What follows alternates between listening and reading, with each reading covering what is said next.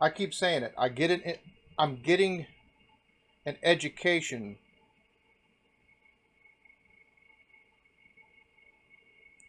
via comments, via y'all's taking and sending me, the voice messages where you tell me a little bit about yourself, or the messages that you send me outside of YouTube, and I'm getting an education about stuff that's local to people, about the stuff that I've looked at, about just regional. It's this is just so cool. This is just so cool.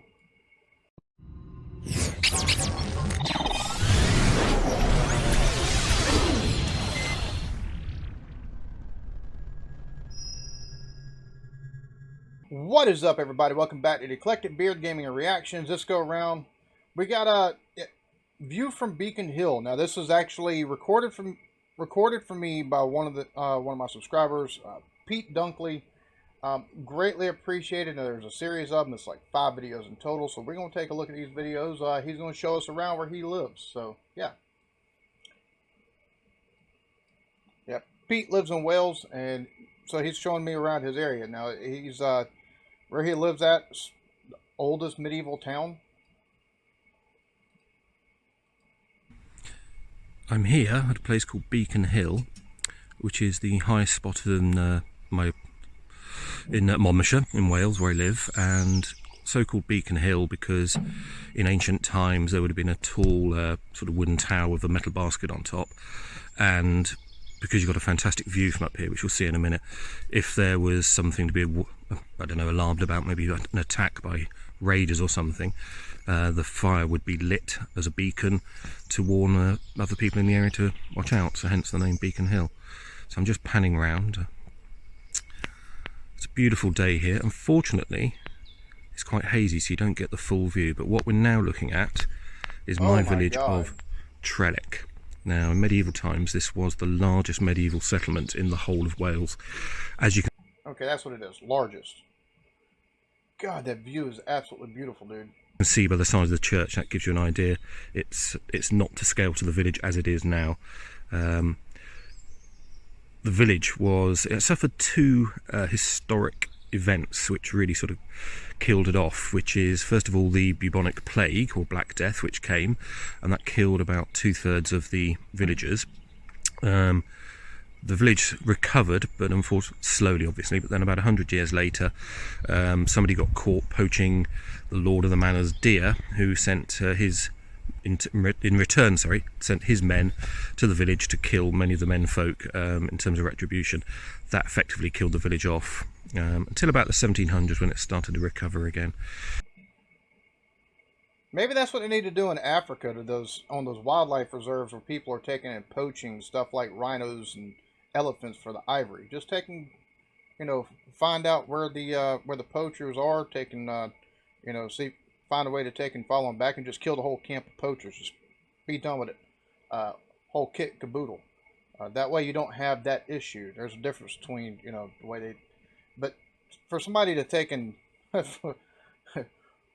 oh, you're killing my deer. I'm gonna kill all the fellows in your... Jesus Christ! You want to talk about a way to effectively be like, all right, we're gonna solve a problem. That's a wee bit overboard, in my opinion. Just saying. So we're looking at the church. If I come left, what we're looking at there is a dairy unit. Now, up until about 20 years ago, the farm for the dairy unit is in the village there, and twice a day for milking, all the cattle had to cross the road, so the traffic had to stop. All the cows went across, ready to be milked, but these days they now stay in the dairy unit. If you look at the ridge in the background, just going to zoom in, see if you can see it. Like I say, it's very hazy. You can maybe make out the ridge, which is the start of the sort of the Black Mountains and the Brecon Beacons. So that view is about 20 miles away. On a good day, you can probably see even further, maybe 40 days on exceptionally clear. So I'm going to guess it's this area back in here maybe that you're talking about, because it looks like there's a bit higher right over in this area. It almost looks like a defined, like, just blackening in that haze. Clear days. I'm looking west. The sun sets over the village from the viewpoint that I've got, and the sunsets are absolutely fantastic from up here. So I'll go down into the village and have a little tour around there. Alright, so there's video 1. Now, I'm going to tell you like this. Like, back in, like, whenever Pete took and sent his accent, which I'm still be going through. Y'all going to be getting accent videos this week, next week, week after.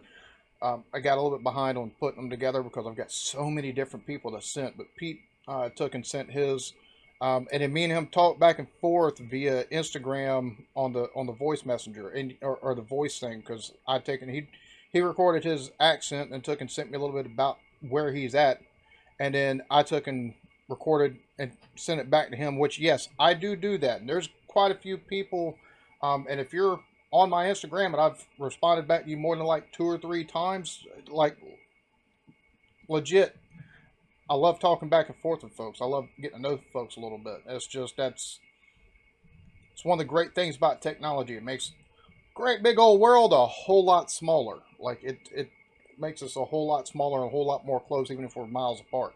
So me and him have talked back and forth a little bit, and I'm going to take him up on the offer once we can get over there to actually get shown around where he's at by him.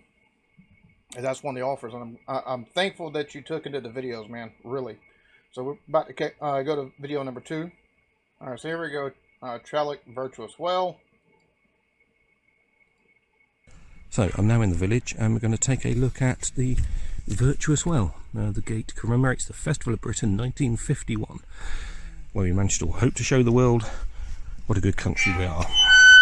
So let's open the gates.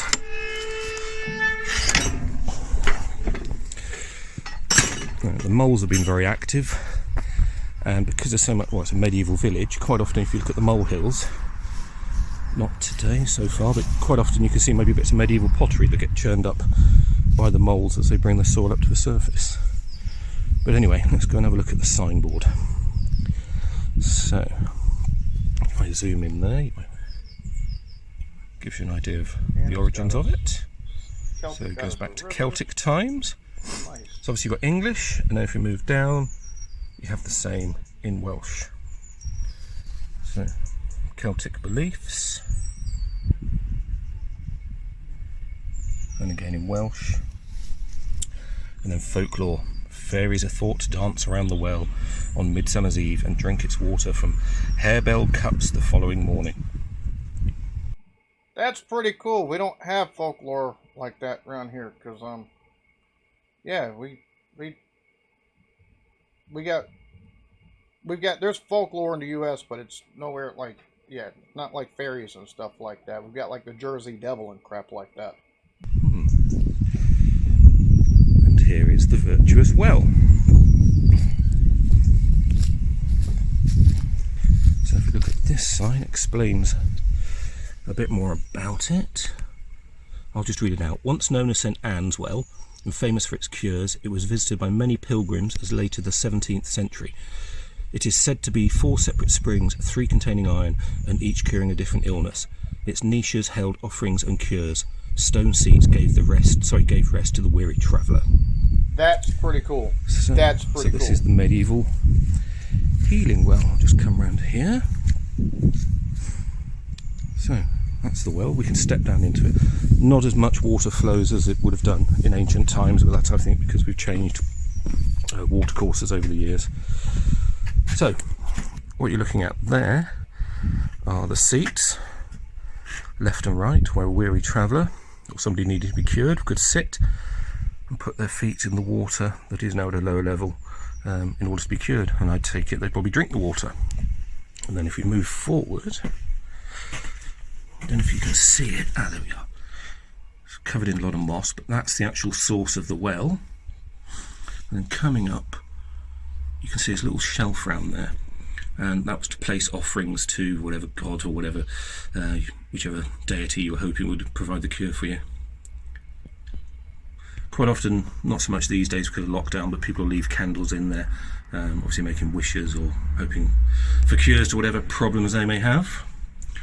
And then over here, on either side, are two little recesses, which I dare say in medieval times they may have put lamps or something if people were visiting the well at night. So there's one there and one on that side.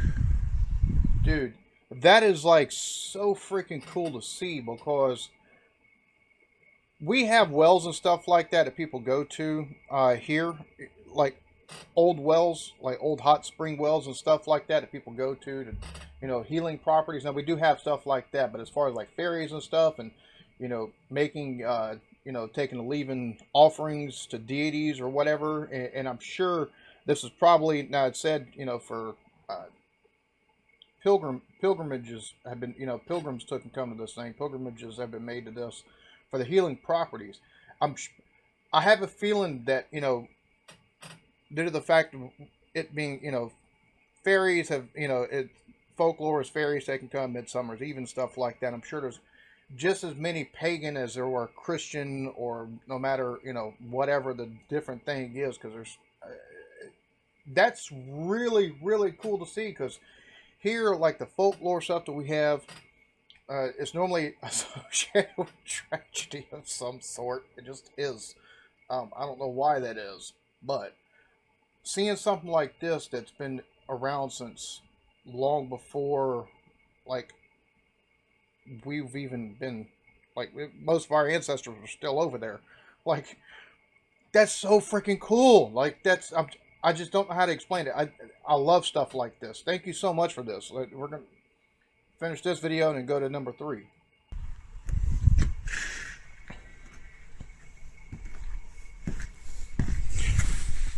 And then the water disappears under there and goes under the village and comes out the other side.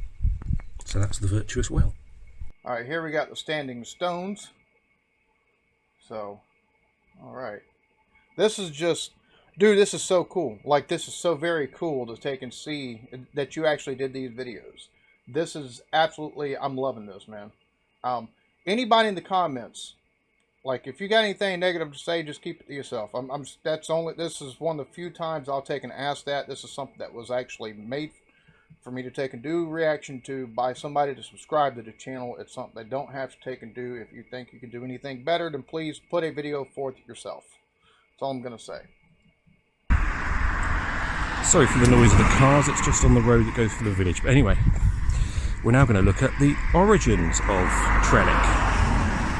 Trelleck is Welsh meaning 3 stones, because if you look up, we have 3 standing stones dating back to 3500 BC. So this is our own little Stonehenge. Let's go and have a look.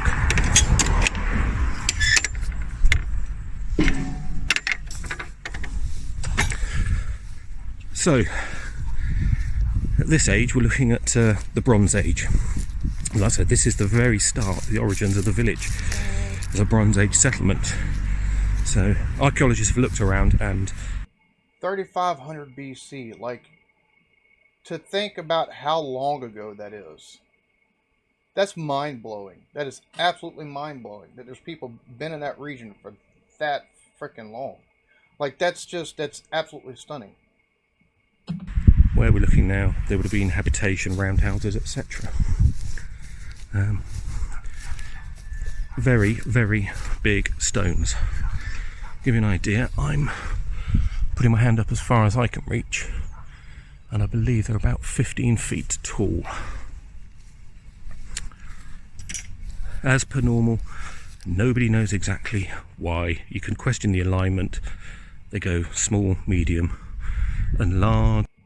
Now I'm noticing with the shadow, like that one right there lines up. That one's not lining up with that, but I'm sure at some point in time today, all 3 of them have to take and line up, unless this is some sort of like astrological thing, because that's big. I know they've been using the sun to tell time, and also for, like, they've used the skies to take in astrological signs and astrological, the way things take and line up on the ground, stuff like that, to just so many different things they've used it for. So I'm wondering if it's just cool to see this, because it's, number one, how do you get that? How many people did it take? Number one. Number two, just, oh man, that's just. You can question the alignment. They go small, medium and large, but again, nobody knows why. But 3,500 years ago, our ancestors, for whatever reason, manhandled these stones and put them in the field. Just going to tell you a little bit about the geology. This stone locally is known as pudding stone. So it's a conglomerate, so it's got lots of quartz in it and pebbles. Now, the reason it's got quartz and rounded pebbles in it, millions of years ago, these came from a beach. So the pebbles are rolling over one another, rounding themselves off. So what we're looking at is conglomerate stone, comes from a beach. Now the best bit is, I'm 900 feet above sea level. Always makes me amazed that to be this high, standing on an ancient beach. So, there's the origins of Trelleck and the 3 standing stones.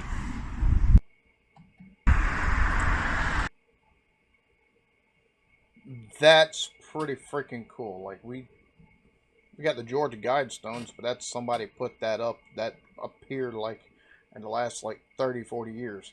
That right there is, you said 3,500 BC. So, I mean, that's thousands of years. That's mind blowing, and to me, that's absolutely mind blowing. I don't how you can see something like that and not find it cool, especially whenever you got added in. You know, they're all in line, even though the shadows aren't lining up. But taking a look at the kind of stone, taking a look at the pebbles that are in it, so that added and 900 feet above sea level, like how you can't find that cool is just mind blowing. It's this kind of stuff right here. I absolutely love this. All right, so here we go. The church. So I've now moved a bit more into the centre of the village, and I'm at what is the village green. So I'll explain the relevance of that. Over here, I'm not sure what you call it actually, but anyway, if you're mounting a horse, it's a stone to help you step up onto the horse. Obviously you put your foot on that part, hold onto the top, and it makes it easier to mount and dismount a horse. So this is the village green. Now, all these cars, as you can see, it's not, there's no greenery. So over the years, it's ended up being a car park. But for these houses, they don't own this land. So nice big old Georgian houses, but yeah, they haven't got any land with them because this is all the village green. So what we're going to do is take a walk and have a look at the church.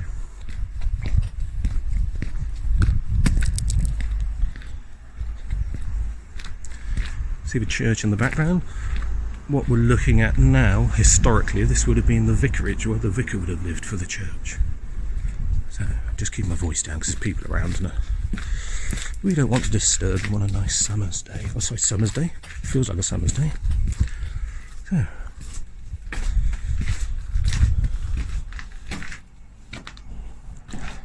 the parish church of Nicholas Trelleck.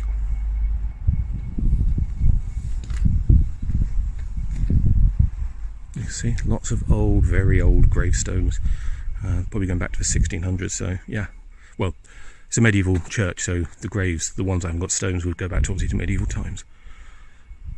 It's a very, very large church. Why? Because this village was immensely larger than it is now, so that gives you an idea of proportion. But the bit I love, if we come over here, is the Celtic preaching cross.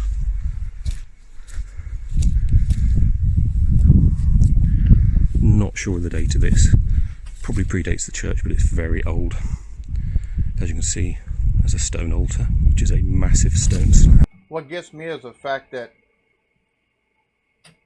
that being there, it wasn't taken down during times whenever like the different kings and stuff like that were either Protestant or Catholic, and all like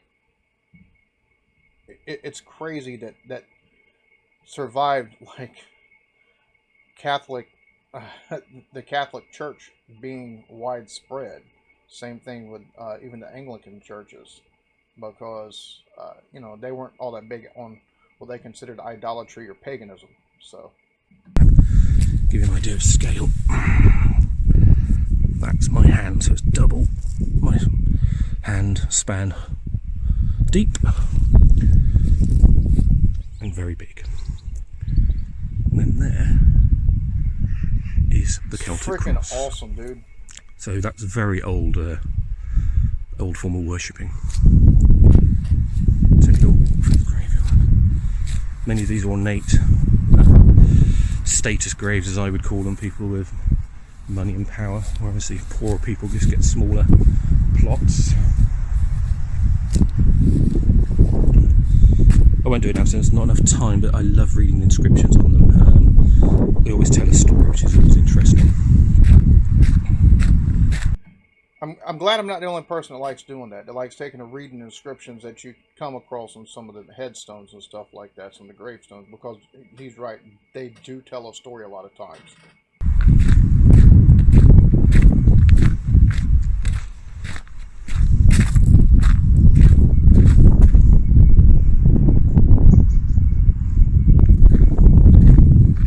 That is beautiful, absolutely gorgeous.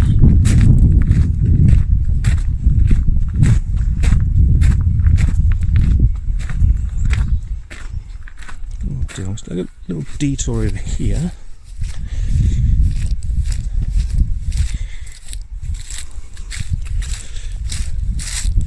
Because that's our village pub. The marquee's due to COVID, and obviously when the pub was open we were drinking there.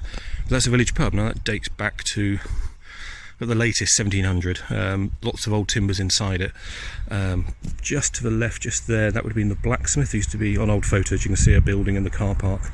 That was the village blacksmith.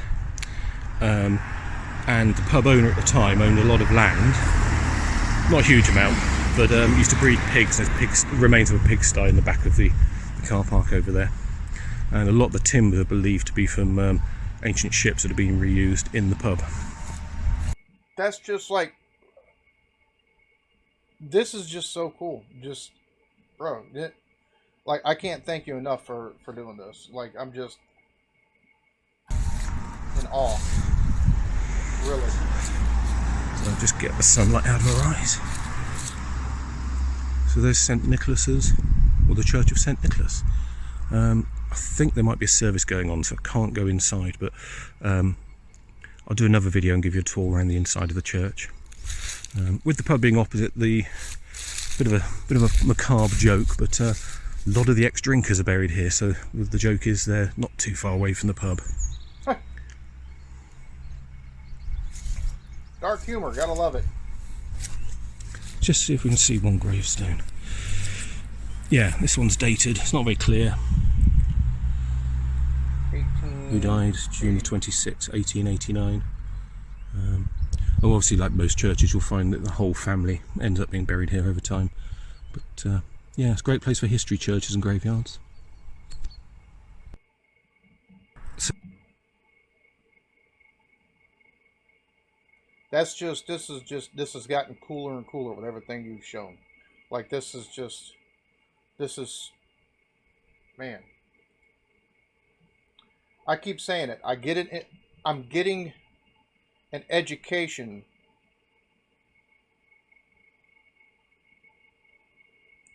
via comments, via y'all's taking and sending me, the voice messages where you tell me a little bit about yourself, or the messages that you send me outside of YouTube, and I'm getting an education about stuff that's local to people, about the stuff that I've looked at, about just regional. This is just so cool. This is just so cool. And another little aspect of the village. I'm now at the back of the church, so you can see the church spire there. You can see this field, and then if I move over here, you can see that's just what we would call a green lane. This goes that way and goes that way, and what I'm looking at now is where the Norman Motte and Bailey Castle is. Now, in medieval times, this is where the road would have gone, or one of the roads would have gone through the village. But over time this has now been disused, so the traffic now comes along, does a zigzag over there, the pub's there, straightens out, and then heads out the village. But this would have been the medieval road. Now, 20 years ago, archaeologists dug up this field because, if you can see, it's full of lumps and bumps, which means basically buildings. They couldn't excavate the whole field, but effectively what they found was a medieval inn. It would have been 2 stories, accommodation upstairs, bar area, or medieval bar area equivalent, downstairs, and that was for pilgrims and travellers that were going to a place called Tintern Abbey, which is about 5 miles down the road. I'll cover that in another video. So yeah, what we're looking at effectively here is what would have been another medieval high street. So let's just take a little walk down here. That's crazy. They took and they did some digging in the field, and they found what would have been a medieval tavern. Like that's pretty stinking cool. I don't care who you are. That's because you think about back in those times, if you didn't have a horse, you walked. So if you were going to that abbey as a pilgrim, that's depending on where you're coming from. That could be a long walk. And and there's places like that tavern that existed where people just, bone tired, weary from the road, stop before they take and do that last bit and get to the abbey to, do whatever religiously they're going there to do, whether it be taking in, offerings or blessings and things of that nature. And not only that, probably whatever highwaymen took and come through, probably whatever, lords might have traveled through the area, going from one place to, going from their place of origin to visit another lord somewhere else. Just a history that just passing, you think about that could happen just because of when you think about something like a tavern. Like that's the kind of stuff right there that's just... So I'm now walking down this medieval high street. A little bit muddy. Walking towards the Motte Bailey Castle.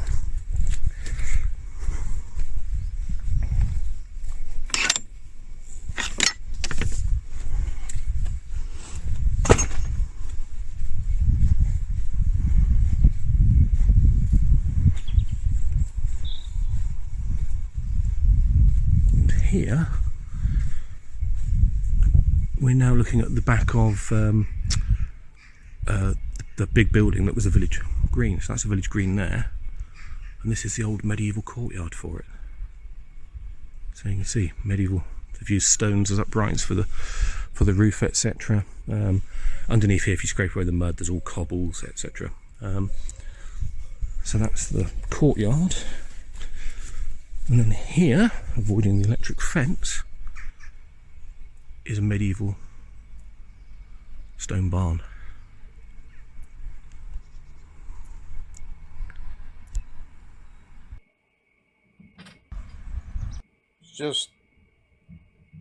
I'm just blown away. That's all I can say, man. I'm just, that's so cool. The stuff like that still exists over there like that, because over here, unless like a historical society has preserved something, like you don't see it.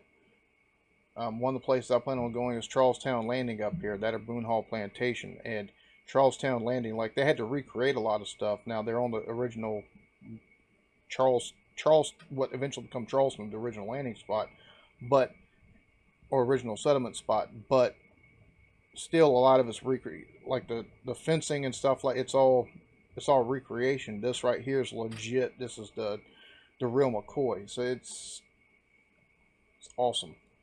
You get the court farm here. So we're moving into the centre of the village. Where I'm stood now, the field that is directly in front of me, fortunately you can't see it because it's obscured by the hedge or the trees. That's where I was just a moment ago with the 3 standing stones. Now what we're looking at here in this piece of land is in the centre of the village, or move near the centre. That would have been medieval fishing ponds. So the water from the Virtuous Well came from that direction that we're looking at. It now, unfortunately, is culverted and goes under the road and disappears right at the end of the village. Previous times it would have run straight through here. You can still see it's very boggy, etc. And yeah, that would have been managed as a man-made pond, stocked up with fish for food. So if I come around, This old barn, actually, it got a bomb during the Second World War, where a German bomber got lost, and it's the only time the village was ever bombed. But anyway, and what I'm looking at now is a place called Court Farm. Now this is the farm that had the dairy cattle that used to cross the road, that you can see would come along this track up here and then go around the corner to be milked. Now the reason it's called Court Farm is in the 1700s this would have been the courthouse. Not full time because there wasn't sufficient numbers of cases, but you'd have travelling courts of assizes who would travel around and hold courts as were needed, so hence Court Farm. Now interestingly, if you come over to this side, you can see there's quite a lot of bricked up windows. Now this is quite common in the UK in older buildings, because in the late 1600s there was what was called the window tax. So people were taxed on the size of number of windows in their houses. So practical solution to that is we'll brick them up and pay less tax. So that's the window tax. Now one thing I really love, but unfortunately it's overgrown, is if we look at this stone trough, and I'll just pull back. Yep, there we go, there's a stone trough. Comes down here and finishes here. There we go. And what you'll notice is it's thicker at that end than it is at that end, and it's approximately 7 feet long. It's a medieval stone coffin. So at some point they were making a medieval stone coffin. There's a flaw in it, I think it's cracked somewhere, and they had to make a new one. So it ended up being deposited here, and it's now a planter, overgrown. Thank you so much for this. Like this was absolutely, I'm flabbergasted. This is just so cool to see, because I can't go there right now due to the due to COVID and the lockdowns and everything like that. So you took the time to actually make the videos and take time out of your day to record this stuff and then put them on YouTube, so that way they could be seen. And man, this was just so cool, so absolutely cool to see, because and I say, we don't have stuff. We just don't have stuff to reach as far back as y'all do, and to take and see some of the stonework, take and see like the old like medieval barn, take and see the stones, like like a mini Stonehenge basically that y'all got, but it's the 3 stones in a line, and take and see the old well. But this is so cool. This is so cool, and I'm so thankful that you took the time out your day to do this. Like this was just, and I'm gonna tell you right now, with the way you narrate what you do, like you could be on TV narrating like historical shows. Just saying. And we've talked back and forth, and you've told me that you absolutely love the history of stuff, and it shines through when you're explaining what you're showing on the video. So thank you so very much. Y'all all be good to each other, love yourselves, and hey, I'm open to stuff like this. If you want to take and show me some of the local stuff around where you're at, I love stuff like this. I love seeing historical stuff, and it'll be next year before I can get over there. So, but there's quite a few of y'all I'm gonna be taking up on showing me around the area that you're in. I've gotten quite a few offers of y'all. Y'all are just so gracious, and I'm so appreciative for the kindness and for the love that y'all have shown me in the channel. It's just, my mind's blown at just, because I'm doing something I love to do, and I'm having fun in the process, because like I said, I've always liked history, and the more I dig into stuff, the more I'm just loving what I find about the country and about y'all as a people as a whole. And y'all's graciousness is just, I'm enjoying learning, and y'all make it so much more rewarding. So I could never truly thank everybody enough for that. Pete, you especially, for doing something like this. Anybody that sent y'all's, trust me, y'all are going to take, and if you've sent me your accent, you're going to see it. I just thank you so much. Stuff like this, stuff like the accent, stuff like y'all taking and putting in y'all's putting in comments a bit about yourself, or a bit about where you live at regionally. I just,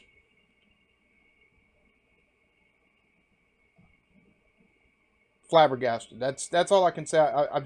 I love it, and I love y'all so much for it. Thank you so very much. Y'all be good to each other. Love yourselves. Peace. There we go. Now you can see it.